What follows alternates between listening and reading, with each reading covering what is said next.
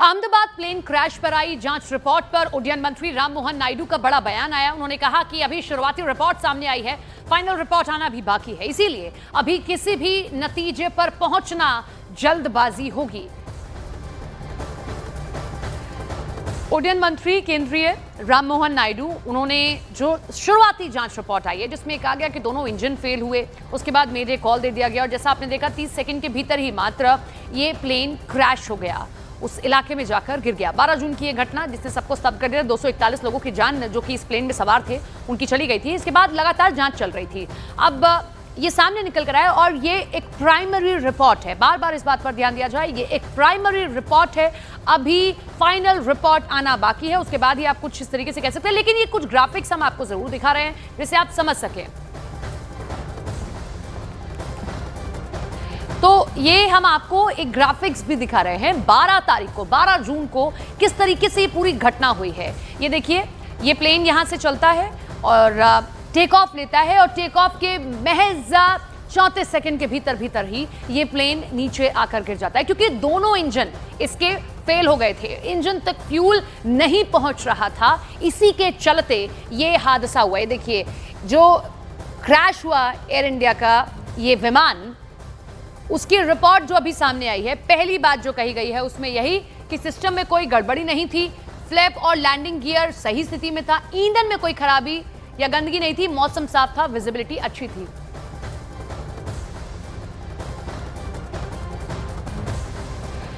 तो 1 सेकंड में प्लेन के दोनों इंजन बंद हो गए थे। तो अहमदाबाद प्लेन क्रैश की रिपोर्ट आ चुकी है जिसमें कई पहलुओं पर बात हुई है। अब उन्हीं पहलुओं को आसान भाषा में हम आपको समझाते हैं। सीधा कॉकपिट के अंदर चलते हैं ताकि समझा जा सके कि उस वक्त हालात आखिर क्या रहे होंगे। महीने पहले अहमदाबाद में जो प्लेन हादसा हुआ, एयर इंडिया का विमान 171 दुर्घटनाग्रस्त हुआ, कैप्टन आलोक, आप हमें क्या आज समझाने वाले हैं और किस तरीके से हम ये सीन क्रिएट करने जा रहे हैं? जी, बेसिकली हम इसको सेम जिस तरीके से वो एयरक्राफ्ट के fuel shut off all shut down हुए थे उसी को दोबारा रिक्रिएट करके ये समझने की कोशिश करेंगे। आपको भी दिखाने की कोशिश करेंगे कि as per the preliminary report of aircraft accident investigation bureau वो क्या कहना चाह रहे हैं। तो ये हमने इसको पार्किंग ब्रेक रिलीज किया, हम इसको एयरक्राफ्ट को टेक ऑफ कर रहे हैं। ये एक एयरबस का कॉकपिट है और जैसा कि बोइंग 787 में फ्यूल शट ऑफ वॉल होता है, इसमें एयरबस में ये मास्टर स्विच होते हैं जो कि आप यहाँ पे देख पा रहे हैं, इंजन नंबर 1, इंजन नंबर 2। तो इसको कहा जा रहा है कि ये टेक ऑफ के जस्ट बाद फ्यूल शट ऑफ में मतलब ऑफ पोजीशन में आ गए। तो हम उसी को क्रिएट करके देखते हैं कि किस तरीके की घटनाक्रम उस वक्त कॉकपिट में रहा होगा। तो ये हम टेक ऑफ कर रहे हैं रनवे सेंटर लाइन पे मेंटेन करते हुए, अहमदाबाद एयरपोर्ट पर हैं। जी जी। अभी हमने एक जेनरिक रनवे लगा रखा है और वहां से टेक ऑफ कर रहे हैं। और इस इन्वेस्टिगेशन में ये रिपोर्ट भी आई है कि एयरक्राफ्ट अपनी टेक ऑफ स्पीड पे 180 नॉट्स पे पहुंच चुका था। तो इसमें कोई संदेह नहीं है कि एयरक्राफ्ट पूरा थ्रस्ट जनरेट कर रहे थे, टेक ऑफ के लिए पर्याप्त थ्रस्ट था।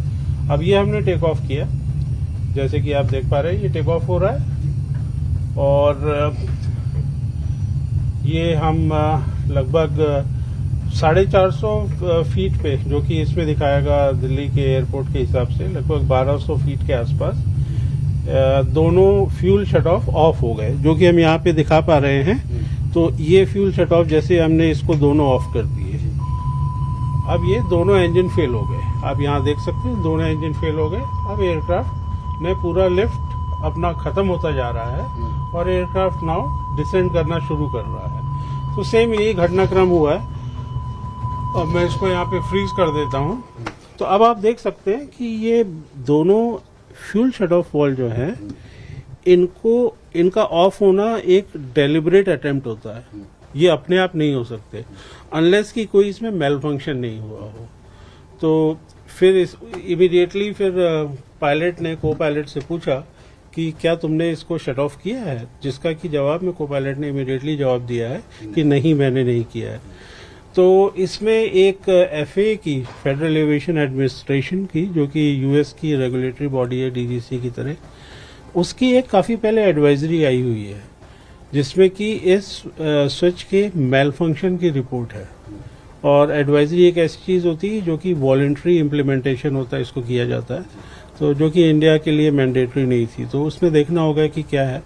और ये जो प्रिलिमिनरी रिपोर्ट है ये एक फैक्ट फाइंडिंग रिपोर्ट है। इसमें हमें ये पता चल रहा है कि क्या क्या चीज़ें उस वक्त कॉकपिट में हुई ना, अब इसकी फोरेंसिक जांच होगी, उसमें पता चलेगा कि एक्चुअली में क्या कारण रहा। अहमदाबाद प्लेन हादसे के बाद 1 महीने बाद शुरुआती जांच रिपोर्ट आ गई है। AAIB यानी कि एयरक्राफ्ट एक्सीडेंट इन्वेस्टिगेशन ब्यूरो ने 12 जुलाई को 15 पेज की रिपोर्ट सार्वजनिक भी की। प्रारंभिक जांच ये कहती है कि यह हादसा विमान के दोनों इंजन बंद होने की वजह से हुआ था।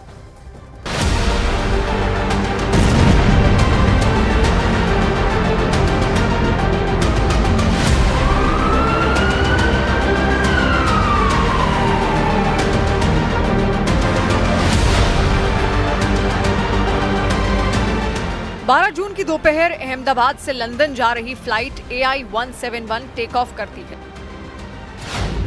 1:37 और 37 सेकंड पर रनवे पर इसकी रफ्तार बढ़ती है। 1:38 और 39 सेकंड पर एयरक्राफ्ट टेक ऑफ करता है। 1:38 और 42 सेकंड पर अधिकतम रफ्तार 180 नॉट्स तक पहुंचती है। 1:38 और 43 सेकंड पर इंजन 1 का फ्यूल स्विच कट ऑफ हो जाता है। 1:38 और 44 सेकंड पर दूसरा इंजन भी कट ऑफ हो जाता है। रिपोर्ट के मुताबिक टेक ऑफ के बाद एक दोनों इंजन बंद हो जाते हैं। पहले और दूसरे इंजन बंद होने में महज 1 सेकंड का वक्त था, यानी प्लेन पूरी तरह से पावरलेस हो जाता है। 1:38 और 47 सेकंड पर रैम एयर टर्बाइन यानी रैट एक्टिव हो गया। ये तभी होता है जब विमान को किसी भी सोर्स से पावर ना मिल रही हो। कॉकपिट वॉइस रिकॉर्डिंग के मुताबिक एक पायलट दूसरे से पूछता है, क्या तुमने इंजन बंद किया? दूसरा जवाब देता है, मैंने नहीं किया। ब्लैक बॉक्स में मिले डेटा के मुताबिक सिस्टम में कोई गड़बड़ी नहीं थी। फ्यूल स्विच कट ऑफ हो गया था। कैसे कट ऑफ हुआ ये रिपोर्ट में अभी सामने नहीं आया है। 1:38 और 52 सेकंड पर इंजन 1 को दोबारा रन मोड पर लाने की कोशिश होती है। 1:38 और 56 सेकंड पर इंजन 2 को भी रन मोड में लाने की कोशिश होती है। 1:39 और 5 सेकंड पर पायलट ने मेडे कॉल दी, मतलब विमान क्रैश होने जा रहा है। इसका संकेत पायलट ने ATC को दिया। 1:39 और 11 सेकंड पर प्लेन से संपर्क टूट जाता है और उसके बाद विमान हादसे का शिकार हो जाता है। 12 जून को अहमदाबाद से लंदन जा रही AI-171 टेक ऑफ के 32 सेकंड बाद ही एक मेडिकल हॉस्टल की इमारत पर गिर गई थी।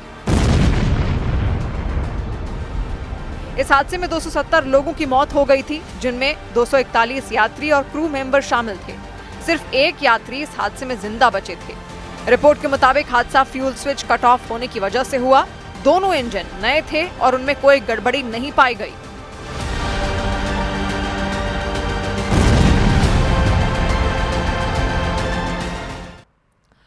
और विमान हादसे पर नागरिक उड्डयन राज्य मंत्री का बयान आया। उन्होंने कहा कि अभी हादसे की जांच जारी है, किसी फैसले पर पहुंचने की जरूरत नहीं है। रिपोर्ट आया है उसमें क्या लगता है सर? उन्होंने कहा है कि रन से जो है इंजन डबल इंजन फेलियर। ये जो रिपोर्ट आया सबके सामने है, लेकिन ये प्राइमरी रिपोर्ट है, प्राथमिक रिपोर्ट है। इससे हम कोई भी निष्कर्ष अभी नहीं लगा सकते। इसका अंतिम रिपोर्ट आने के बाद ही उस पर बात करेंगे। अभी उस पर हम बात नहीं कर सकते, क्योंकि अभी आपने जो देखा AIB ने अच्छी तरह से उनकी जांच की है। जो ब्लैक बॉक्स को उसको डिकोड कर दिया, उसके बाद उसको सब डेटा भी निकाला है। तो उसमें जो कुछ जानकारी है वो सबके सामने आई है, लेकिन ये निष्कर्ष नहीं लगा सकते हम। जब तक फाइनल रिपोर्ट नहीं आता तब तक हम कुछ वहां पे निष्कर्ष नहीं लगा सकते। और बीजेपी सांसद राजीव प्रताप रूडी, जो पूर्व नागरिक उड्डयन मंत्री भी रहे और अभी कमर्शियल पायलट हैं, उन्होंने न्यूज 18 इंडिया से बात की और रिपोर्ट को अपने तरीके से समझाया है। बीजेपी के सांसद, पायलट और पूर्व केंद्रीय नागरिक उड्डयन मंत्री राजीव प्रताप रूडी हैं। सर, अहमदाबाद एयर क्रैश पे जो रिपोर्ट आई है प्रारंभिक, उस पर आपके नजरिए से क्या पा रहे हैं आप, कहाँ गलती हुई या कहाँ कमी देखी गई? देखिए, मैं कोई गलती पता लगाने वाला और बताने वाला नहीं हूँ। जो रिपोर्ट है उस पर मेरी ये टिप्पणी है कि विमान सामान्य रूप से उड़ा है, सामान्य रूप से गति प्राप्त की है और लगभग 180 नॉट तक गति प्राप्त की। इसका मतलब है कि विमान का टेक ऑफ सामान्य था।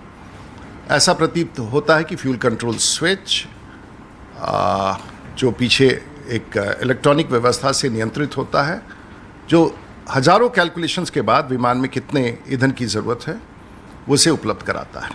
शायद इसके बाद कप्तान ने ये भी देखा कि कप्तान ने सह कप्तान से पूछा कि आपने इंजन स्विच क्यों ऑफ किया। उसने कहा मैंने नहीं किया, और इस बीच में कप्तान ने महसूस कर लिया कि शायद इंजन का पावर लूज़ हो रहा है, और उन्होंने जो प्रोसेस है उसको मेमोरी आइटम कहते हैं कि अगर इंजन बंद हो तो उसको चालू करने की क्या प्रक्रिया है, और स्विच ऑफ करके उन्होंने ऑन कर दिया जो प्रक्रिया है, और उससे फेडेक को जो उसका कंप्यूटर है उसको संवाद मिल जाता है और वह तुरंत अपने आप इंजन को चालू करने की प्रक्रिया, उसको रीइग्नाइट कहे या फिर से रीलाइट कहे, उसकी प्रोसेस शुरू हो जाती है।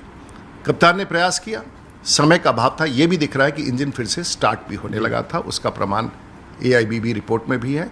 फिर भी समय का अभाव, ऊंचाई का अभाव, गति का अभाव, विमान नियंत्रण में नहीं आ सका और उसके बाद क्रैश है।